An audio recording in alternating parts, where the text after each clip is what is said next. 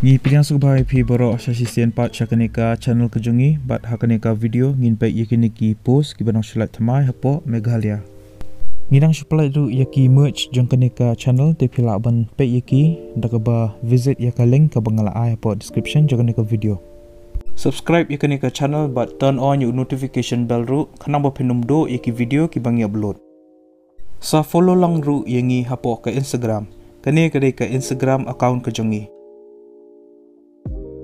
Yakini ki post lapalai daka District Rural Development Agency Ribohoi District Mentau Benai Arajar Arpuai ka kerteng jengkini ki post pilang kumne data entry operator baka District GIS expert ka last date lani ka tarik bakat do bapila ban submit yaki applications ki jongpi kadai ha ulai pau tarik Benai November Arajar Arpuai.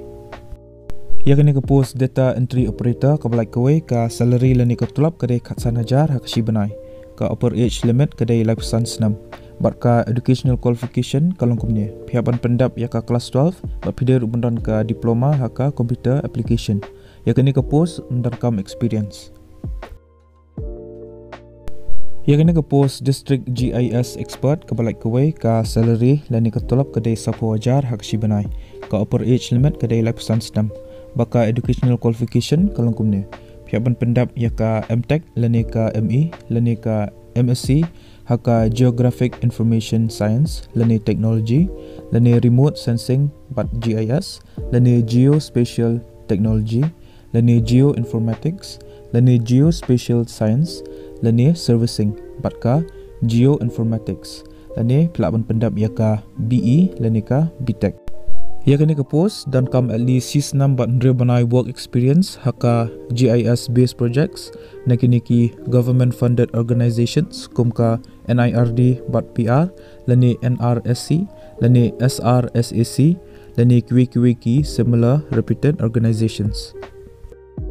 Ki candidates ki balong eligible bagi bakwa ban apply kini ki post pihaban pa iki applications ki jongpi badru ki biodata ka educational qualification ka experience certificate bat ki dor passport size ki jongpi bat ka address syakani ka office email drdarbmeg@nic.in lani pila ban li submit hi syakani ka address office of the deputy commissioner and district program coordinator district rural development agency Ribohoi district Nongpo ka tarik jangka typing test baka interview kinsa pentip hadian